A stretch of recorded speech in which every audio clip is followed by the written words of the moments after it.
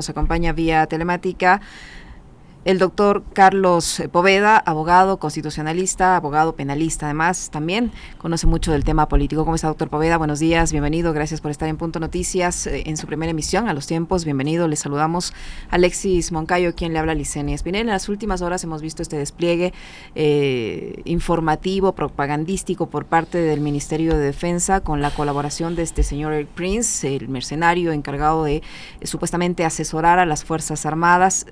Hoy ha salido un artículo en el que se asegura por parte del ministro de Defensa que el señor Prince tendrá un rol táctico, operacional, pero no a nivel político. Pero ayer, o en los spots que han salido en el Ministerio de Defensa, se ve y se escucha al señor Prince hacer pronunciamientos políticos. No sabemos si viene bajo a qué acuerdo internacional. Hay un acuerdo con los Estados Unidos, no sabemos si esto puede enmarcarse dentro de esos acuerdos de cooperación con el gobierno norteamericano. ¿Es legal, es constitucional su presencia? El ministro de Defensa ha dicho que va a venir a hacer una especie de consultoría, de asesoramiento, pero que no va a ser lo único que el señor Prince va a hacer en el Ecuador. ¿Qué opinión le merece esto desde el ámbito legal, constitucional y el hecho de su intervención en temas políticos cuando tiene un negocio de por medio con el Estado ecuatoriano, llega en un momento de elecciones y se pronuncia para favorecer a la candidatura que posiblemente va a pagar con el dinero del Estado su asesoramiento a Fuerzas Armadas? Buenos días, bienvenido. Muy buenos días, estimado Licenia, igualmente a Alexis, también saludarles a su distinguida audiencia. Bueno, efectivamente ya estamos ya a la puerta de las elecciones y créame que cuando faltan pocas horas uno no sabe qué pensar o qué esperar. Se vuelven unas horas también de angustia para el electorado porque no sabemos con qué van a venir, con qué sorpresa van a establecer y sobre todo lo que decía Alexis en su comentario inicial. ¿Cuál es la respuesta de las instituciones como tal? Precisamente a la utilización de recursos públicos, el acompañamiento a ministros de Estado, secretarías del Estado, a personas que ejercen un cargo público y una franca campaña electoral a favor del presidente candidato. Y yo creo que es deleznable y vergonzoso, pero más vergonzoso es la omisión y la falta de respuesta de las instituciones. ¿Qué pasa con la Contraloría General del Estado? ¿Qué pasa con los mismos ministerios? Porque si son consultorías y básicamente es una empresa de carácter privado, deberíamos conocer lo mínimo el proceso de contratación pública, los pliegos, las referencias, todos los instrumentos necesarios para una contratación en donde se van a erogar dinero de carácter público. Ya tuvimos también la anterior semana, ya habíamos debatido también la foto de Trump. Entonces, en esta situación, igual que se pronuncie de forma bien abierta con periodistas que yo más les denomino son activistas políticos, por eso también hay que diferenciar, porque obviamente están a favor del candidato presidente. Y en esa situación, los criterios de opacidad, los criterios de falta de transparencia, la utilización de recursos públicos, ¿dónde está la fiscalía?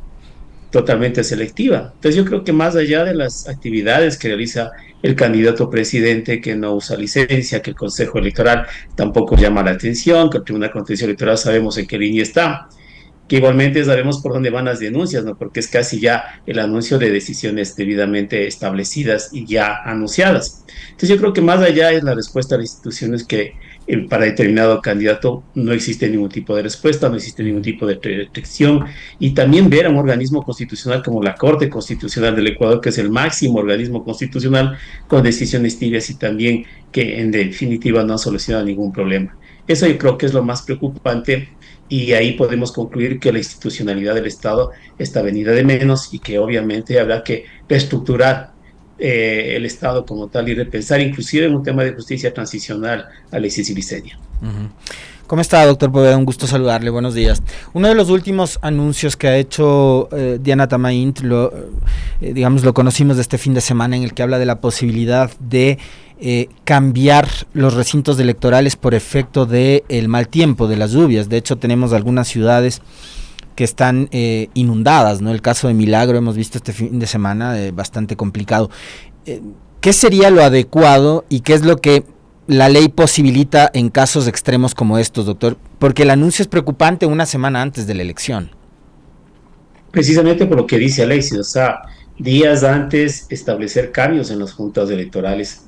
Recordemos que también en pandemia asistimos a votar y no hubo ningún problema. Imagínense en esas circunstancias, es decir, ya tenemos determinados precedentes, pero que nos establezca horas antes de elecciones porque todavía no está definido.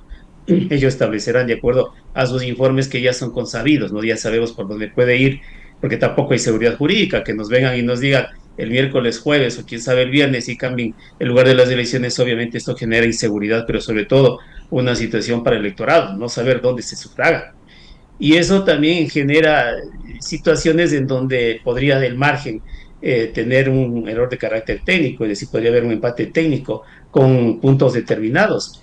Por lo tanto, la solvencia, la transparencia en las elecciones, al menos del electorado, vemos que no existe ese tipo de secuencias, no existe ese tipo de posibilidad y generan más dudas. Más aún con las expresiones del presidente candidato cuando ha dicho que puede haber transición, es decir, puede entregar el poder siempre y cuando no exista fraude, pero ¿de dónde vendría la situación del fraude? ¿Quién podría determinar tal condición? Obviamente los organismos electorales, más aún cuando sabemos que también están cooptados y que lamentablemente han hecho todo por favorecer a un candidato y no la voluntad del electorado. Doctor, también a esto se suma una denuncia que se ha presentado en contra de la candidata, por ejemplo, Luisa González, candidata presidencial, por violencia política de género, una denuncia que hizo ya receptada en el Tribunal Contencioso Electoral, interpuesta por un sujeto que también interpuso una denuncia en contra de la vicepresidenta Verónica Abad y que intentó dilatar la salida o la puesta en libertad del hijo de la vicepresidenta de la República. Es un dirigente, entendemos que de ADN el que ha hecho esto y ha sido esa denuncia ya receptada, se ha puesto un plazo para que él complete unos requisitos. ¿Hasta qué punto esta denuncia puede complicar esta última semana de campaña electoral y la elección como tal, teniendo en cuenta las reacciones y la forma como ha actuado el Tribunal Contencioso Electoral durante todo este proceso? Diseño es preocupante, sí, vi precisamente los antecedentes de este denunciante que había interpuesto un habeas corpus de carácter oficioso, entre comillas, para beneficiarle al señor Barreiro, que es el hijo de la señora vicepresidenta. Luego pone también en una denuncia en contra de la vicepresidenta el contencioso electoral. Se hace llamar dirigente y presidente de Cortes de Justicia Indígena. Permítame decir, yo de alguna forma conozco los temas de interculturalidad y del sistema de justicia ancestral y nunca le hemos conocido en esa calidad, inclusive de una justicia interamericana, indígena. Son situaciones que realmente sí llaman mucho la atención. Pero más allá de eso, yo creo que no existe el tiempo suficiente. A mí lo que más me preocupa son dos situaciones. La primera, que de ser el resultado a favor de la candidata Luisa González, los efectos de esta denuncia tengan que ser posteriores. Es decir, a mí no me sorprendería ya que un reconocimiento de una posible ganancia de la candidata González nos vengan luego con una decisión de pérdida de derechos políticos. O sea, no tiene ningún tipo de vergüenza o un tipo de rubor en ese sentido. O sea, yo creo que el tiempo es mínimo para la tramitación, pero ¿qué pasaría posterior?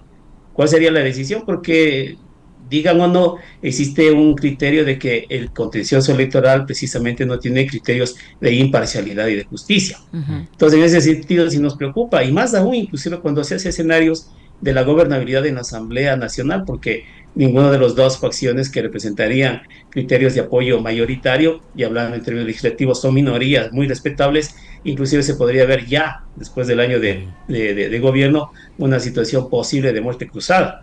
Es decir, yo creo que lo que se nos viene es bastante complicado, no solamente en términos de gobernabilidad, sino que lamentablemente, órganos de justicia especializada como la electoral, inclusive órganos de justicia ordinaria, están encaminados y están apuntalando ese posible sitio y escenarios. Y es lo que preocupa, no respetar la voluntad del pueblo.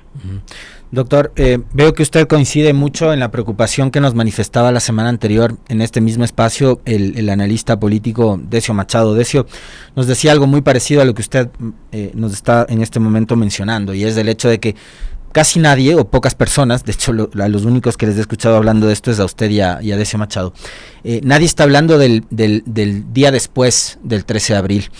¿Qué va a pasar primero con respecto de que se respeten los resultados y que se respete el pronunciamiento del pueblo, pero también el momento en que se posesione el nuevo gobierno? Pensemos en un eventual gobierno de Luisa González, lo que va a hacer ese gobierno con toda la institucionalidad que se ha montado desde la época del Trujillato y que todavía sigue vigente hasta el sol de hoy, y también con las actitudes que han tomado, por ejemplo, la cúpula del Ejército y de la Policía Nacional.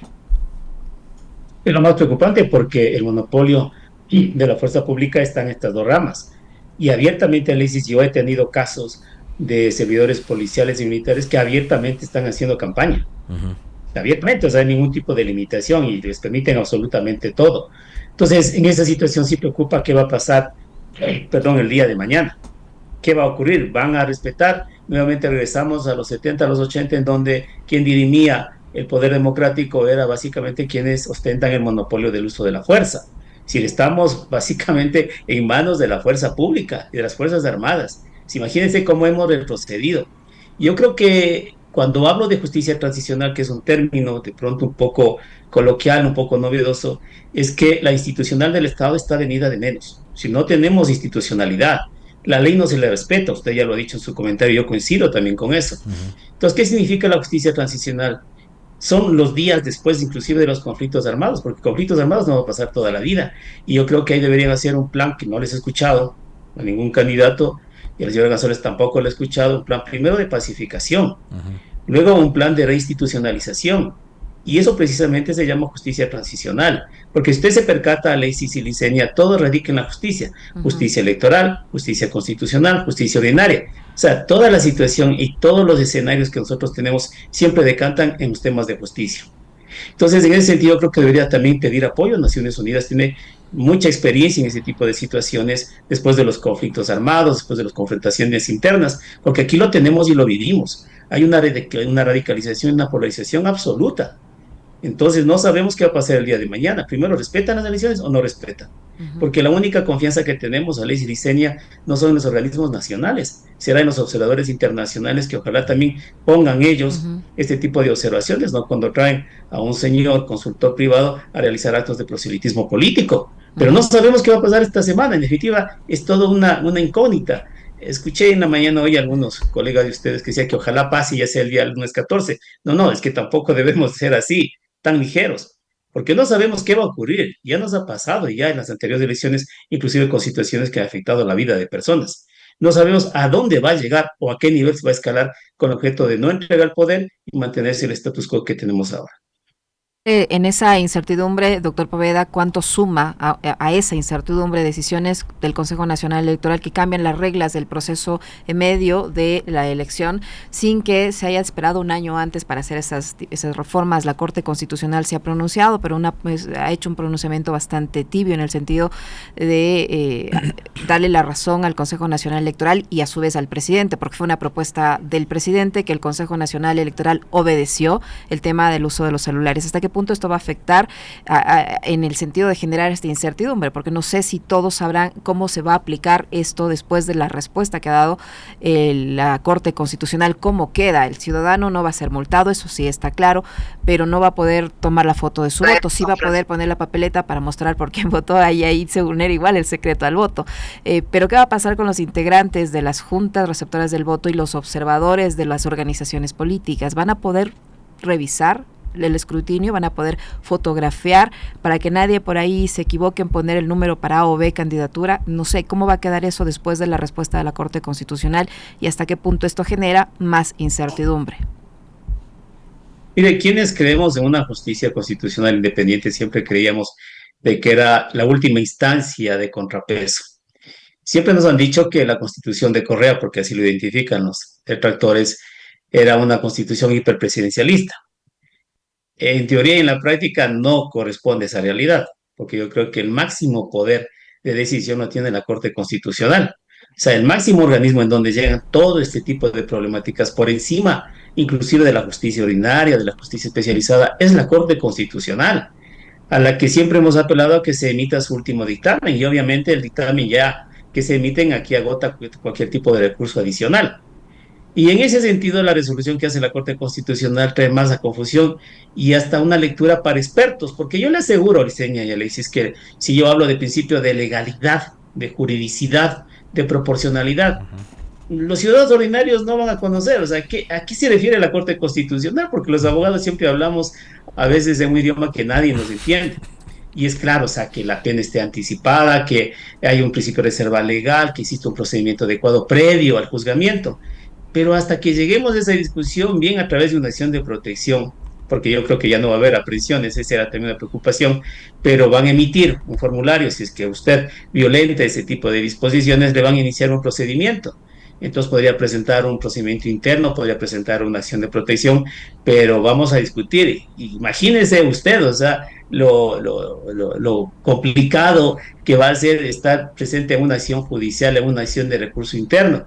Va a gastar dinero, entonces ahí es donde la Corte Constitucional no define sus situaciones, ha sido bastante tibia, ¿no? Inclusive en el control del presidente con el tema del pedido de licencia, es decir, no ha habido una expresión muy clara. En otros casos son muy claros, ¿no? Por ejemplo, cuando un juez comete un error inexcusable, remiten rápido al Consejo de la Judicatura. Recordemos que la Corte Constitucional en otra hora también, en un tema de incumplimiento, cesó de funciones a consejeros de Consejo de Participación. Es decir, para unos casos son bastante severos, para otros casos son muy tibios. Y lo que uno espera, básicamente, más allá de ser jurista, más allá de ser constitucionalista como ciudadano, es que los derechos sean respetados, porque el voto es un ejercicio de libertad de expresión. Es el único espacio, ley y diseño, en donde uno podría cocinar si es que apoya o no apoya, y en definitiva hacerlo de forma voluntaria, pero no dirigida. Me hacía reír hace un rato, doctor Poveda, con el comentario del idioma de los abogados. Me ha pasado con algunos colegas y amigos suyos, de paso.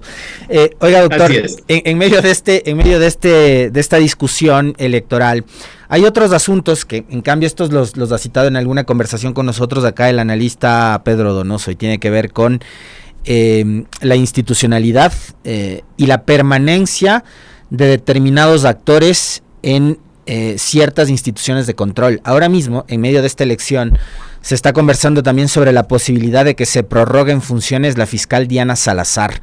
Y esto tiene que ver con el incumplimiento del Consejo de Participación Ciudadana, que debió haber elaborado hace mucho tiempo atrás un reglamento que norme todo el proceso de selección de un nuevo o nueva fiscal. Y resulta que ahora estamos en medio de esa discusión, y claro, con voces que actúan siempre como barras bravas a favor de la fiscal, que justifican justamente el hecho de que ella permanezca por más tiempo del que debería, cuando mañana debería abandonar el cargo. Efectivamente, ahí lo que hablamos de doble moral, ¿no? Porque yo conozco también a veces las intuiciones o los intereses que tienen determinados actores, que usted dice que podrían también estar concursando para fiscal. Por ejemplo, los que hemos ejercido defensas en lo penal de carácter especializado en determinadas áreas, no podemos ser candidatos. Mire usted qué ridiculez, ¿no? Qué afectación de derecho, y nadie absolutamente sale a decir nada. La academia en silencio, los colegios en silencio. Pero obviamente a quienes les conviene y quienes podrían participar, ya también está hecho un camino para ellos, ¿no? Eso es lo lamentable, porque es previsible. Y lamentablemente en el Ecuador la democracia se radica también en la cultura del favor. Si tú me das un cargo, me posibilitan llegar, y yo también necesito otorgar lealtad. Ese es uno de los problemas que tenemos en el país y que no ha cambiado en lo absoluto, Alexis. Los funcionarios responden no al criterio de la Constitución, al criterio de la ley, al criterio del pueblo, sino al criterio de quien le emite y quien le hace el favorcito del cargo, ¿no? Porque a veces los concursos simplemente son una plataforma y una cortina de humo, en lo absoluto. Y yo creo que se ha perdido muchísimo tiempo, por eso es que yo apelo a que tomen en cuenta el criterio que se les viene vertiendo en la justicia transicional, porque necesitamos, no podemos seguir. Alexis, ya estamos cayendo de viejos, ya 40 años con lo mismo, no ha habido ningún tipo de cambio, la situación está bastante complicada, y qué es lo que se va a heredar para mañana.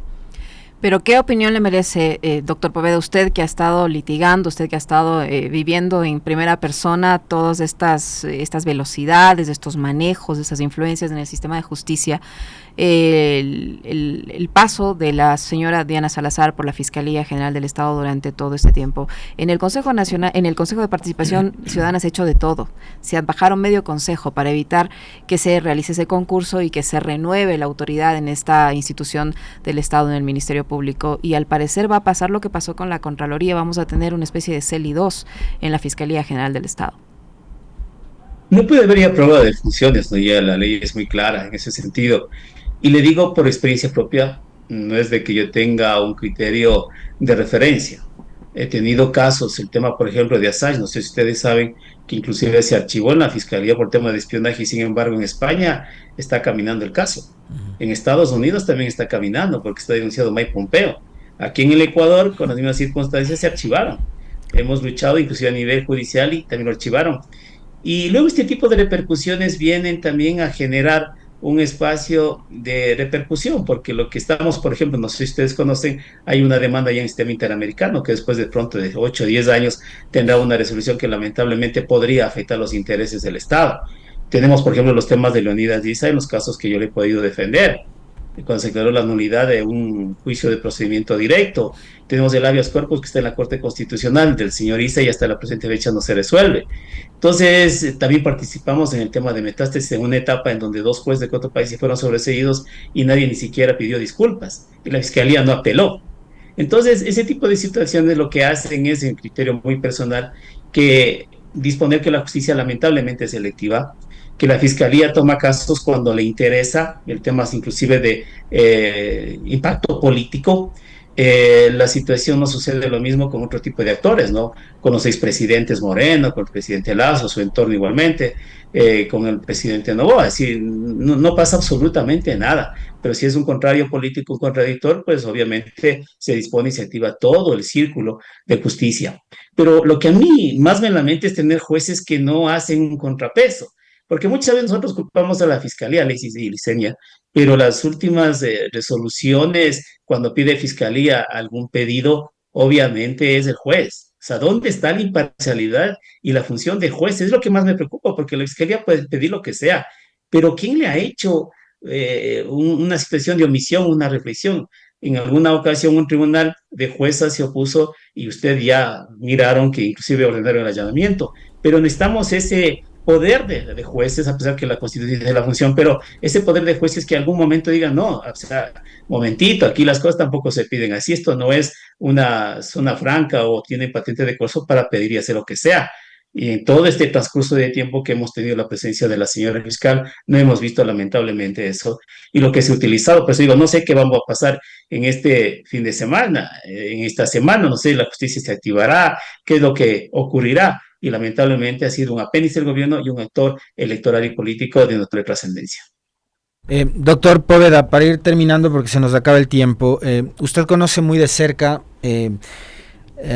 a personajes de la política nacional, como por ejemplo Leonidas Diza, y Leonidas fue un candidato que participó en la primera vuelta con números bastante interesantes, muy importante la participación de Leonidas, pero más allá de la candidatura es lo que representa justamente Leonidas Diza para el movimiento indígena y para la CONAIE, más allá de Pachacuti, para la CONAIE y para el país. El acuerdo que firmaron en días atrás con la Revolución Ciudadana puede significar, digamos, un punto de quiebre en esta elección de cara a la segunda vuelta. ¿Qué tan importante usted cree que fue este hito en medio de la campaña? Yo creo que en medio de cualquier tipo de crítica, yo creo que es un avance, ¿no? Que se hayan postulado en un mismo andarivel político y también ideológico. Recuerde que los votos del movimiento indígena de Pachacuti no necesariamente son del sector indígena, también hay sector ciudadano que también apoyó las ideas y el programa político de Leonidas Issa, es decir, es una situación de diversidad. Pero son planes políticos, son proyecciones políticas. Yo, por ejemplo, soy de la idea, Alexis, de que el tema es de Pachacuti, ya la coordinación, las conversaciones, la suscripción del acuerdo, pero el movimiento indígena como organización social siempre tiene que estar activado, no tiene que estar desmovilizado porque siempre va a ser un ejercicio de contrapoder. E inclusive mucho se ha dicho de las pérdidas que generaría los acuerdos políticos, pero claro, viene de la otra parte en donde no se percata cuántos son las pérdidas, por ejemplo, por los temas de inseguridad, por la crisis energética, por los bonos que están dando. Es decir, no se ponen a pensar en esas pérdidas, simplemente en las pérdidas que podría significar los acuerdos políticos con Leonidas Issa. Entonces aquí también tiene una doble visión, pero yo creo que sí puede ser desencadenante. Por eso es que los candidatos y candidatas también están visitando mucho las zonas indígenas.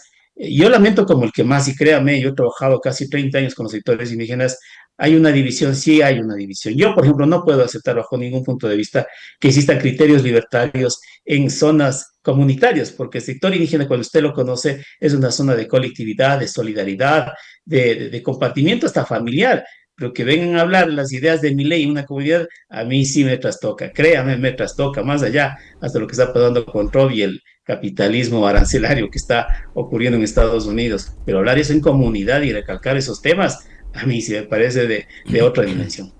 Para finalizar, doctor, una pregunta que yo tengo. El fin de semana el Ministerio de Salud publicó un post en la cuenta de la red social X que dice: ante la emergencia provocada por la fuerte temporada invernal, el ministro Edgar José Lama participa en el Gabinete Social en Milagro, liderado por la presidenta Cynthia Heliber.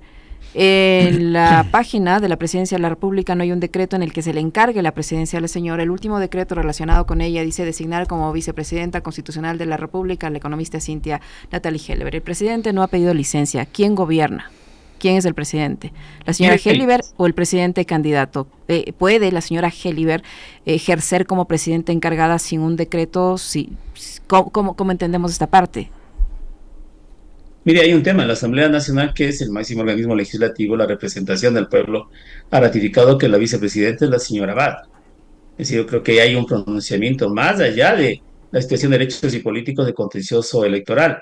Por lo tanto, no tenemos vicepresidente y por decreto no se realiza. Por ejemplo, ahí podría haber un delito flagrante de abrogación de funciones y, sin embargo, no existe ningún tipo de respuesta judicial. Por eso es patente de corso. O sea, aquí puede pasar lo que sea, Liceña Alexis, que la respuesta y la omisión siempre va a ser la misma, el silencio total. Pero si eso ocurriría con los contendores políticos, ya sabríamos qué es lo que puede ocurrir. Por lo tanto, sí, ya en esta situación yo también pude observar en donde ya ejerce la facultad de vicepresidenta y que inclusive está en funciones, hay un delito, pero lamentablemente no hay la respuesta de los organismos electorales, de los organismos de justicia, y tendremos que estar acostumbrados. Yo creo que lo peor, y ya también para ir culminando, es el silencio y la conformidad. Sí, como que esto pasara y fuera de lo más normal, cuando es lo más anormal, lo que afecta a la democracia y la famosa posmodernidad posterior a estos efectos. Muchísimas gracias, doctor Poveda. Qué gusto saludar a los tiempos. Muy gentil. Muy amable, doctor. Muchas gracias.